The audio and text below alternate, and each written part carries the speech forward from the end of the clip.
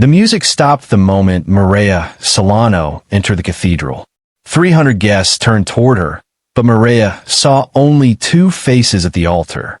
Her younger sister, Celestine, wore the wedding gown Maria had designed for herself. And beside her stood Adrian Vale, the man who, for months earlier, had promised Maria that nothing in this world could make him betray her. Celestine's smile faltered. Adrian went pale. But it was the man whose arm Maria held who caused the first row of guests to rise in alarm. Constantine Vicassin wore no tie, no visible weapon, and no expression anyone could read. His black suit had been cut to conceal the scars along his shoulders. A silver wolf's head ring rested on his right hand. Cabinet ministers feared that ring. Bankers had destroyed records because of it.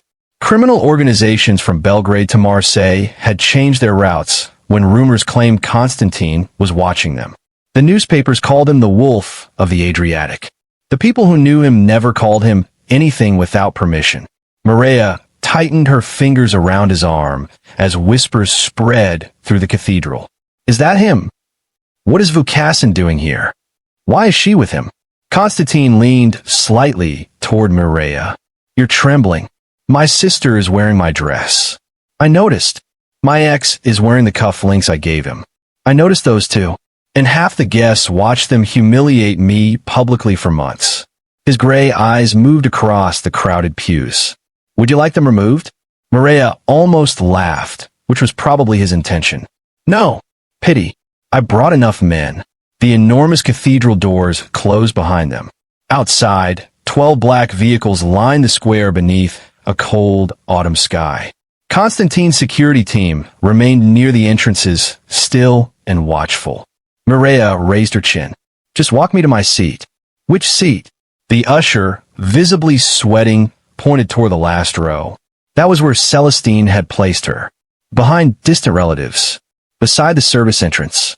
As if Maria were an embarrassing obligation who needed to be hidden. Constantine looked at the usher. Try again. The young man glanced helplessly toward the altar. Maria's mother rose from the front pew. There must be some misunderstanding.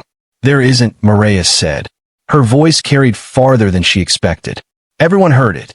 Her mother's face tightened beneath her elegant hat. You arrived late. I arrived precisely when my invitation instructed me to. Celestine's eyes narrowed. She had arranged it deliberately, of course. Maria's invitation said 4 o'clock. The ceremony had begun at 3:30. Adrian finally found his voice. Maria, why is he here? Constantine's gaze settled on him. Adrian immediately wished he had asked someone else. Maria could feel the entire cathedral waiting for an answer. They expected rage, tears, or a public accusation. For months, the wealthy families of Bellariva had treated her heartbreak like entertainment. She gave him none of it. Mr. Vukasin is my guest. Constantine covered her hand with his. No, he said calmly. She is mine. A stunned silence swept through the cathedral. Maria turned to him. That was not the sentence they had rehearsed. Constantine's thumb brushed once across her knuckles, a silent warning to trust him. Then he guided her down the aisle. Guests stepped aside without being asked. Maria recognized people who had ignored her messages when Adrian abruptly ended their engagement. Women who had repeated Celestine's claim that Maria had been too cold, too ambitious, too difficult to love. Now, they watched her walk beside the most dangerous man in Europe. Constantine led her to an empty place in the front row. It had belonged to Celestine's godfather, who stood without protest and moved 3 seats away. Maria sat. Constantine remained beside her. The priest cleared his throat and resumed the ceremony, but no one was listening anymore. Not even the groom. Adrian kept looking at Maria, and Celestine noticed every glance. For months earlier, Maria had believed losing Adrian was the worst thing that could happen to her. She had been wrong. The true disaster began 3 days after he left. Maria worked as a provenance investigator, someone hired to trace the ownership history of rare paintings, jewels, and antiquities. She did not sell beautiful objects. She discovered where they had come from, who had owned them, and whether someone had lied along the way. Her work required patience, suspicion, and a near photographic memory for old records. It was also how she discovered that the Vale family's celebrated private art collection had been built on theft. Adrian's father, Lucien Vale, was a shipping magnate, political donor, and chairman of the Bellariva Cultural Trust. He had hired Mireia to authenticate a 17th century collection before donating it to a new museum. She found forged customs seals, fabricated ownership records, and references to families who had vanished during regional conflicts. One painting troubled her more than the others. A storm-darkened portrait of a woman holding a sprig of white lavender. Behind the frame, someone had carved two initials. E.V. Mireia began searching. 3 weeks later, Adrian ended their engagement. He claimed he had fallen out of love. 2 weeks after that, Celestine announced she was carrying his child. By morning, Mireia's humiliation had become Bellariva's favorite scandal. Her mother begged her not to create more embarrassment. Her father, weakened by a recent stroke, could barely speak. Celestine told anyone who would listen that she and Adrian had resisted their feelings until it became impossible. Mireia knew her sister too well to believe that version. Celestine had always wanted what made other people feel secure, not because she valued it, but because possessing it proved she could take it. As children, she had stolen Mireia's prizes and hidden them beneath her bed. At 17, she dated Mireia's closest friend after engineering their quarrel. Whenever confronted, Celestine wept until their mother demanded that Mireia apologize for upsetting her. But Adrian was not a stolen ribbon or a school trophy. He had made his choice, and Mireia might have walked away quietly if someone had not broken in her office and stolen every file connected to the Vale collection. The police called it ordinary burglary. They ignored the untouched computers, expensive cameras, and cash in her desk. Only the provenance files were missing. Mireia had kept one photograph elsewhere, the portrait with the lavender. She sent it to a retired archivist in Dubrovnik. His reply arrived 2 days later. The woman in the painting was Elena Vukasin, Constantine's mother. She had disappeared 26 years ago. Everyone believed she was dead. Mireia requested a meeting with Constantine through a lawyer who owed her a favor. She expected silence. Instead, a black car arrived outside her apartment the same night. She was driven to a converted monastery on a cliff above the Adriatic, where Constantine stood alone on a terrace as rain turned the sea below into hammered iron. He did not offer her a seat. "You have 7 minutes," he said. Mireia placed the photograph on the table between them. He did not touch it, but his entire body became still. "I found this in Lucien Vale's collection. Where's the painting now?" "In a secure warehouse controlled by the Vale family." "How did they acquire it?" "The records are false." "Then why bring this to me?" "Because someone stole my investigation after Adrian Vale ended our engagement and announced he was marrying my sister." Constantine finally looked at her. "You think those events are connected?" "I think Adrian courted me because his father discovered what I do. When I found something dangerous, they needed access to my files and a way to discredit me." "And your sister?" "I don't know whether she was used or volunteered." Constantine studied the photograph. His face remained composed, but Mireia saw the smallest movement in his jaw. "My mother painted this," he said. Mireia stared at him. "The records list an unknown Venetian artist." "The records lie." "She was an artist?" "She was many things before my father turned her into a prisoner." The rain struck the terrace roof above them. Mireia had researched Constantine before coming. His father, Dragan Vukasin, had controlled ports, private security companies, and smuggling routes across 3 countries. When Dragan died, everyone expected his 28-year-old son to inherit the empire. Instead, Constantine destroyed half of it. He shut down the trafficking networks, executed alliances with legitimate shipping companies, and forced the remaining criminal factions under rules so strict that breaking them was considered a death wish. Some called him disciplined. Others called him monstrous. No one called him merciful. "What do you want from me?" Mireia asked. "The truth." "So do I. That makes us temporary allies, not friends." "I didn't come here for friendship." For the first time, something close to interest crossed his face. He picked up the photograph. "Good. Their alliance began with suspicion. Constantine gave Maria access to sealed family archives and assigned his chief of security, Oren Zorik, to follow her everywhere. Maria hated that. She proved it by losing Oren in a crowded market on their second day. Constantine found her himself in a bookshop 40 minutes later. You disappeared from a man who has protected presidents. He was standing too close. He was keeping you alive. He was breathing on my neck. Constantine stared at her over a shelf of antique atlases. You are either fearless or catastrophically stubborn. They're not mutually exclusive. He bought the atlas she had been examining and left it on the back seat of the car without mentioning it. She found it later, wrapped in brown paper.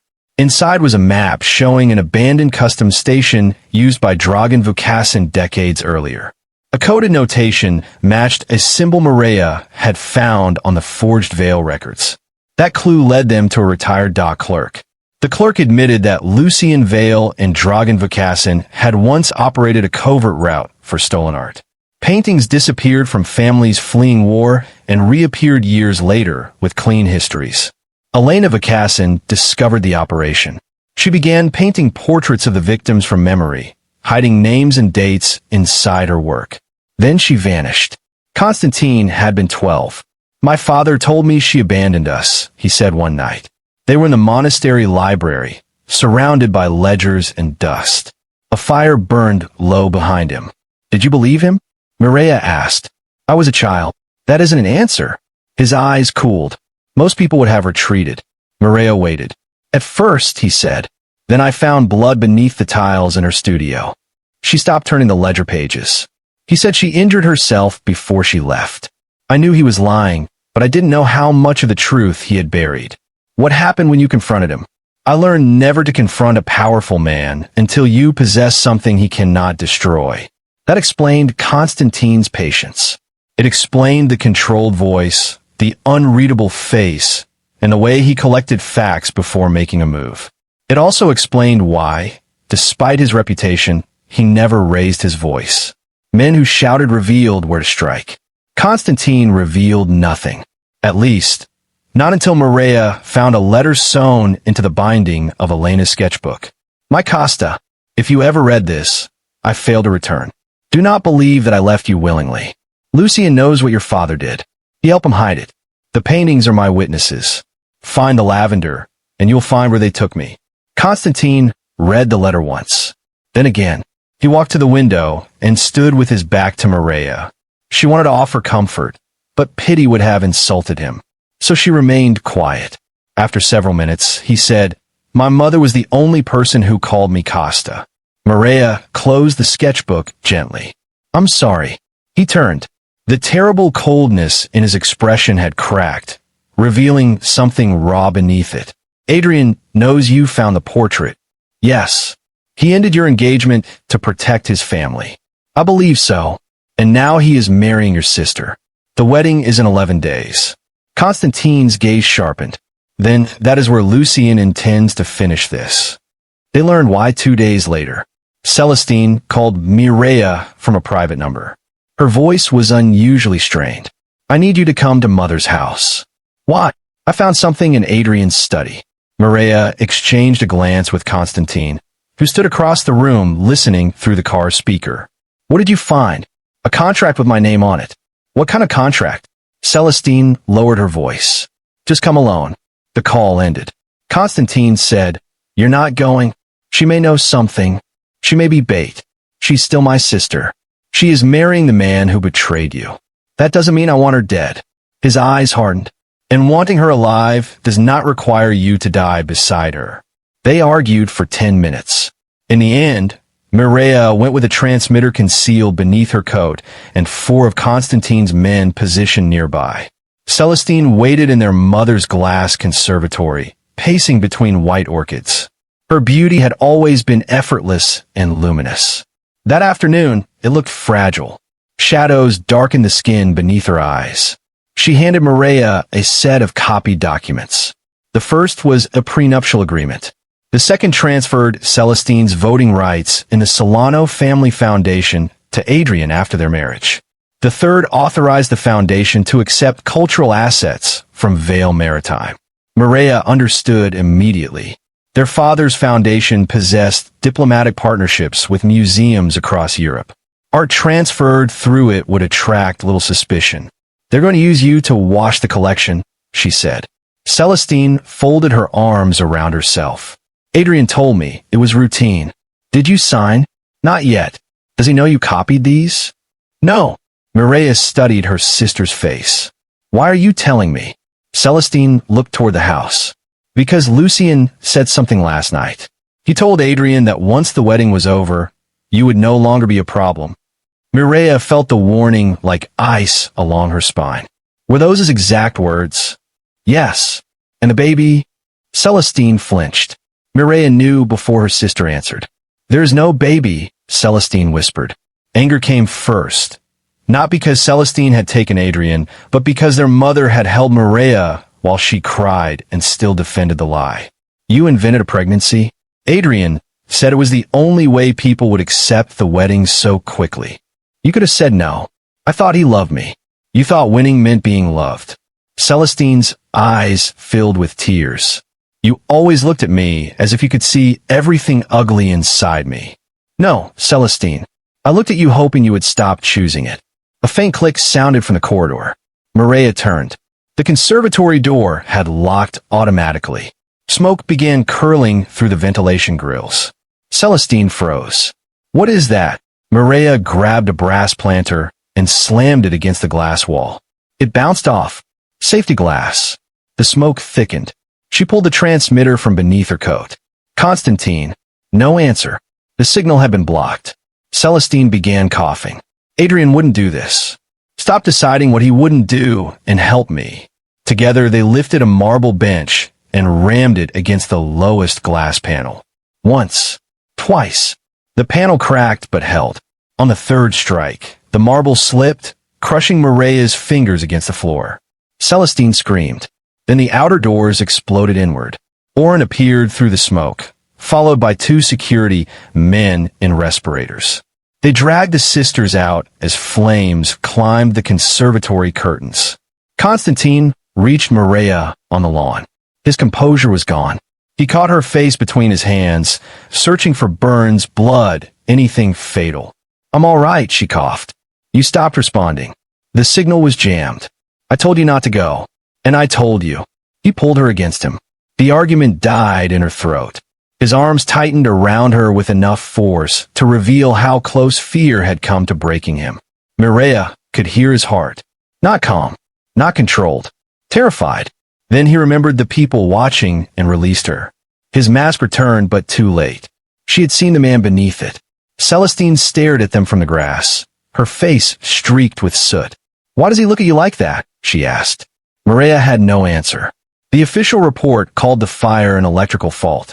Constantine's investigators found a remote ignition device inside the ventilation system. Someone had planned to kill both sisters and make it appear accidental. Celestine disappeared into a safe house under Oren's protection. Mireia remained at the monastery. That night, Constantine wrapped her injured hand himself. "You employ a doctor," she said. "The doctor is gone." "You dismissed him?" "I told everyone to leave." "Why?" His fingers paused around the bandage. "Because if I had found you 30 seconds later, I would have become the man my father raised." Mireia's breath caught. "What does that mean?" "It means every person connected to the Valles would already be bleeding. But you didn't do that." "No." "Why?" His gaze lifted to hers. "Because you would hate me for it." The room seemed to narrow around them. Mireia looked at the man the world called merciless. He could command armies of loyal men, frighten governments, and make enemies disappear without touching them. Yet he had allowed her opinion to restrain his rage. She touched the scar crossing his left palm. "What did your father do to you?" Constantine did not pull away. "He trained me to inherit fear. My mother tried to teach me that fear and respect were not the same thing." "Which lesson did you keep?" "I'm still deciding." Mireia's thumb moved over the scar. "No, you decide every day." He stared at her hand resting in his. Then he bent and pressed his lips to her bruised knuckles. It was not a declaration. It was more dangerous than one. Mireia whispered, "The wedding is still happening." "Yes." "Lucien needs the foundation transfer. He won't cancel unless he knows Celestine has turned against him. He believes she died in the fire. He knows there were no bodies. Then he'll suspect we have the contracts. Constantine fastened the bandage, which means we have very little time.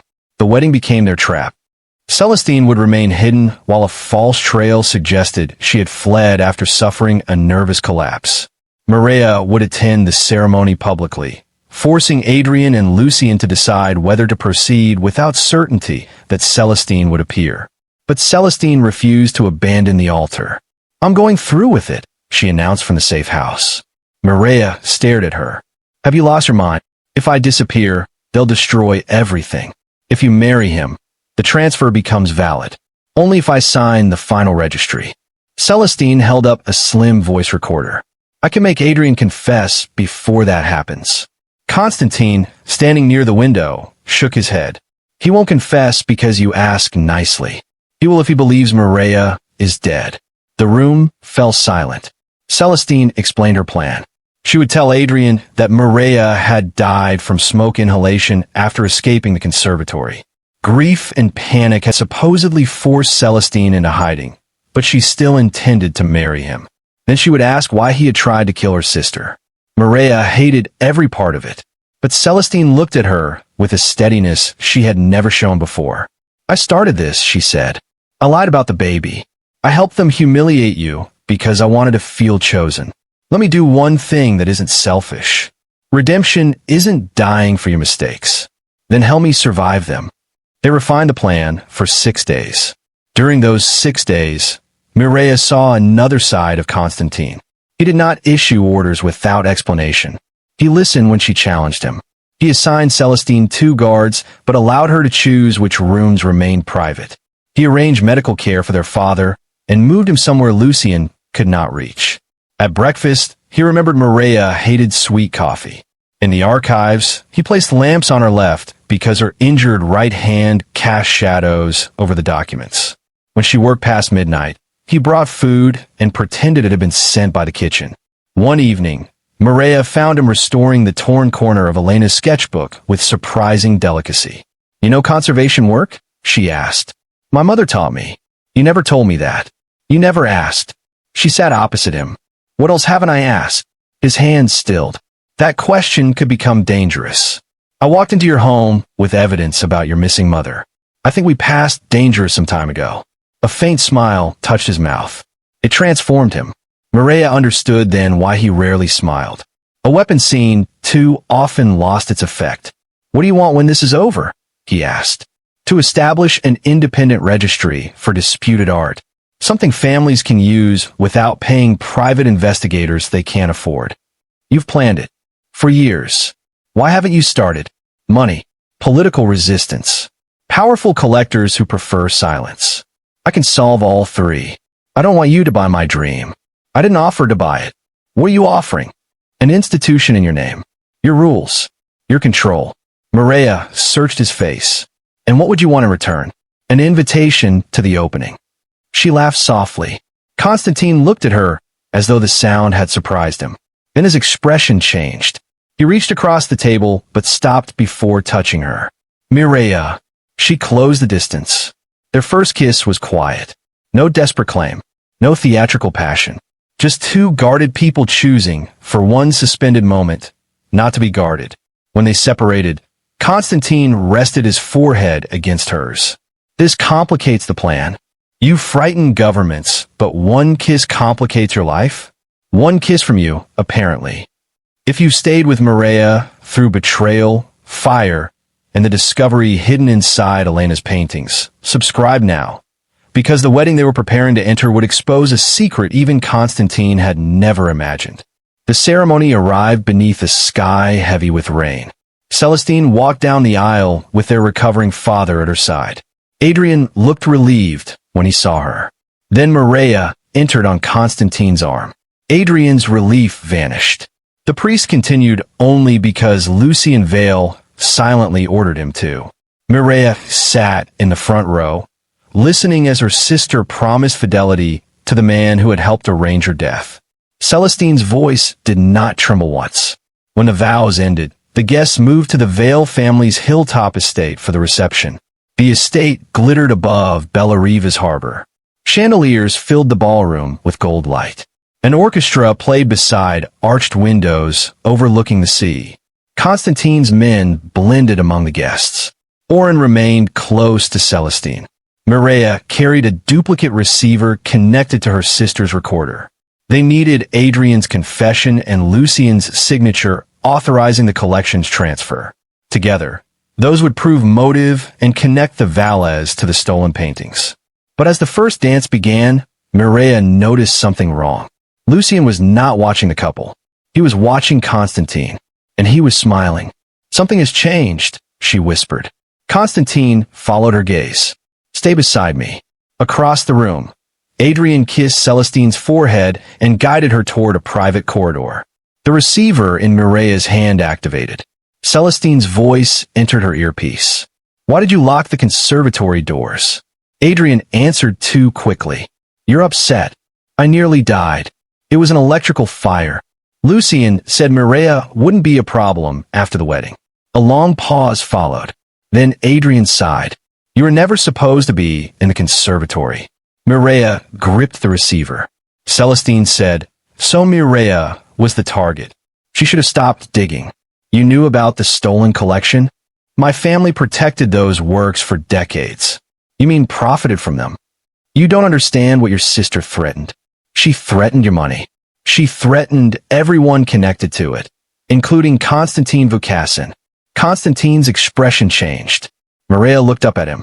"What does he mean?" Before he could answer, Lucien raised a champagne glass and approached the orchestra. "Ladies and gentlemen," he announced, "before we celebrate the joining of two great families, there is an old betrayal that must finally be corrected." The ballroom doors closed. Men in catering uniforms drew weapons. Constantine's security team reacted instantly, but Lucien lifted one hand. "I wouldn't," he said. "The Western Gallery is wired with enough explosives to bury every guest in this room." Panic moved through the crowd. Constantine stepped in front of Mireia. Lucien smiled at him. "You have your father's instincts. And you have his cowardice," Constantine replied. "Your father was never a coward. He hid behind women and children, just as you're doing now." Lucien's smile thinned. "Give me Elena's letter." So that was it. Lucien knew they had found the sketchbook. Constantine said, "You burned two women alive for a letter? I attempted to prevent a war. You failed." Lucien motioned toward the musicians. Two gunmen pulled a woman from behind the velvet curtains. She was thin, silver-haired, and unsteady on her feet. A pale scar ran from her temple to her jaw. Constantine stopped breathing. The woman lifted her face. "My Costa," she whispered. The world's most feared mafia boss looked suddenly like the 12-year-old boy whose mother had disappeared. "Elena," Mireia breathed. Constantine took one step forward. The gun against Elena's side pressed harder. Lucien said, "Your mother has been my guest for 26 years. "You're lying," Constantine said, but the words lacked force. Elena raised her hand. Her fingers formed a small gesture, a thumb touching the third finger. Constantine's face broke. Later, Mireia would learn it was how Elena had promised him as a child that she was telling the truth. Lucien had kept her alive because she alone knew the identities of everyone who had used the art smuggling network: ministers, judges, commanders, and crime families. Dragan had wanted her killed. Lucien saw greater value in a living witness he could control. "Your father surrendered her to me," Lucien said. "In return, I helped him clean his fortune. After his death, she became my insurance against you." Constantine's voice dropped. "What do you want?" "The letter. Every file Mireia created. And control of the Vukasin ports for 10 years. You won't leave this estate alive. Perhaps. But neither will your mother." In Mireia's earpiece, Celestine whispered, "I heard everything. Stay where you are," Mireia murmured. Lucien's gaze snapped toward her. He had seen her lips move. "Take the receiver." A gunman approached. Mireia slowly held it out. As he reached for it, a woman screamed near the rear doors. The lights went out. Gunfire cracked through the darkness. Guests dropped to the floor. Constantine pushed Mireia behind a marble column. Stay down. No. Mireia. Celestine is still in that corridor. She ran before he could stop her. Emergency lights flashed red along the walls. Smoke from released security canisters blurred the ballroom. Oren and two guards pinned one of Lucien's men near the bar. Mireia reached the private corridor and found Celestine struggling with Adrian. He had one hand around her throat and the other on the recorder. "You stupid, jealous little fool," he hissed. "Did you think she would forgive you?" Celestine drove her knee into him. Adrian staggered. Mireia seized a bronze sculpture from a pedestal and struck his wrist. The recorder fell. He turned on her with fury. "You ruined everything." "No," Mireia said. "I documented it." Adrian lunged. Celestine stepped between them and sprayed perfume directly into his eyes. He cried out, blinded. The sisters stared at each other. "You carry perfume to your own wedding?" Mireia asked. Celestine's mouth trembled. "It was expensive." Despite everything, Mireia laughed. Then a deep blast shook the estate. The western gallery windows shattered.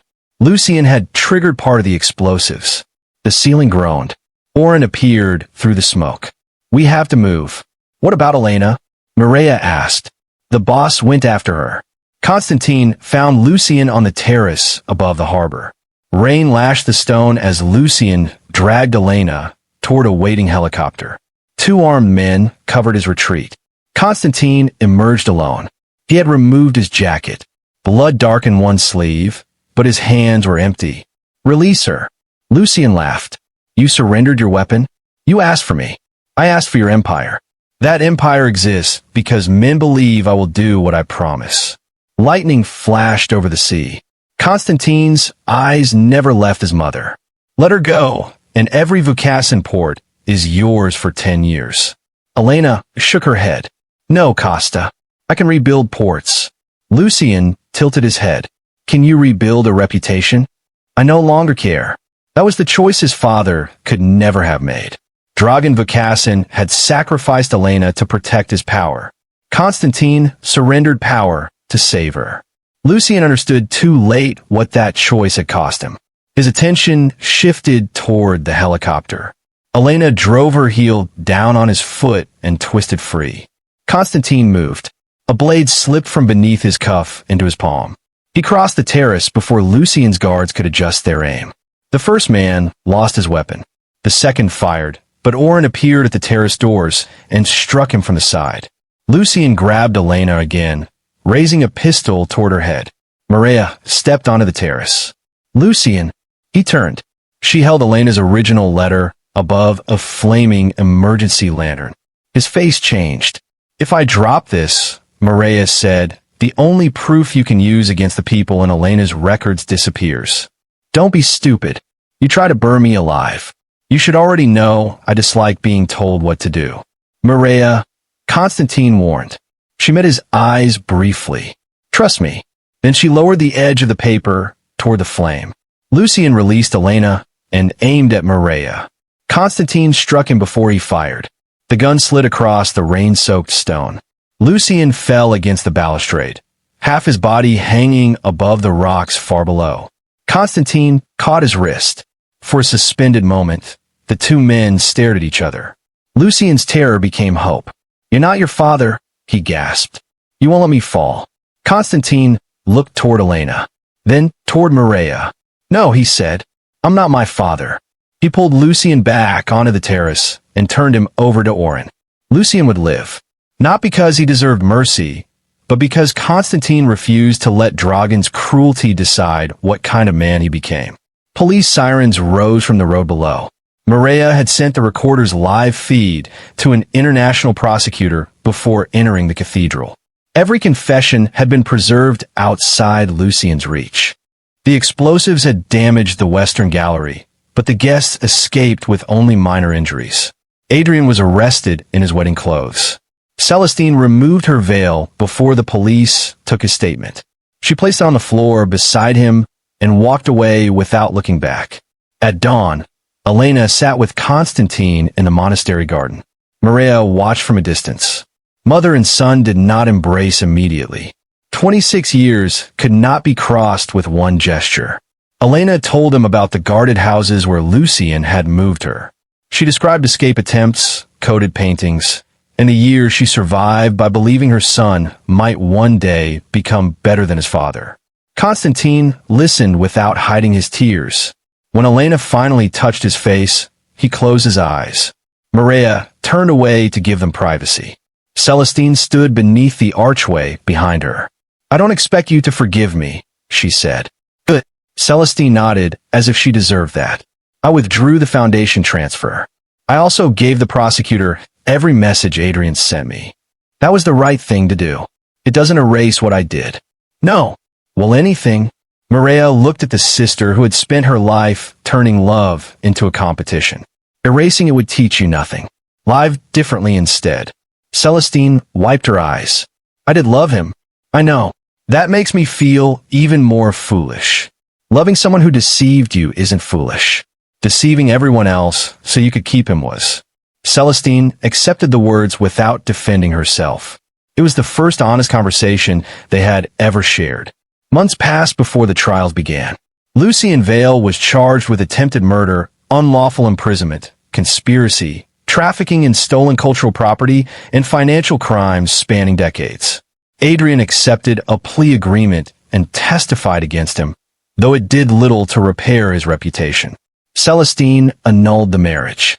She sold the gifts Adrian had given her and used the money to help families reclaim artworks taken through the Vale network. Maria did not trust her immediately. She simply watched what her sister chose when no applause followed. Elena returned to painting.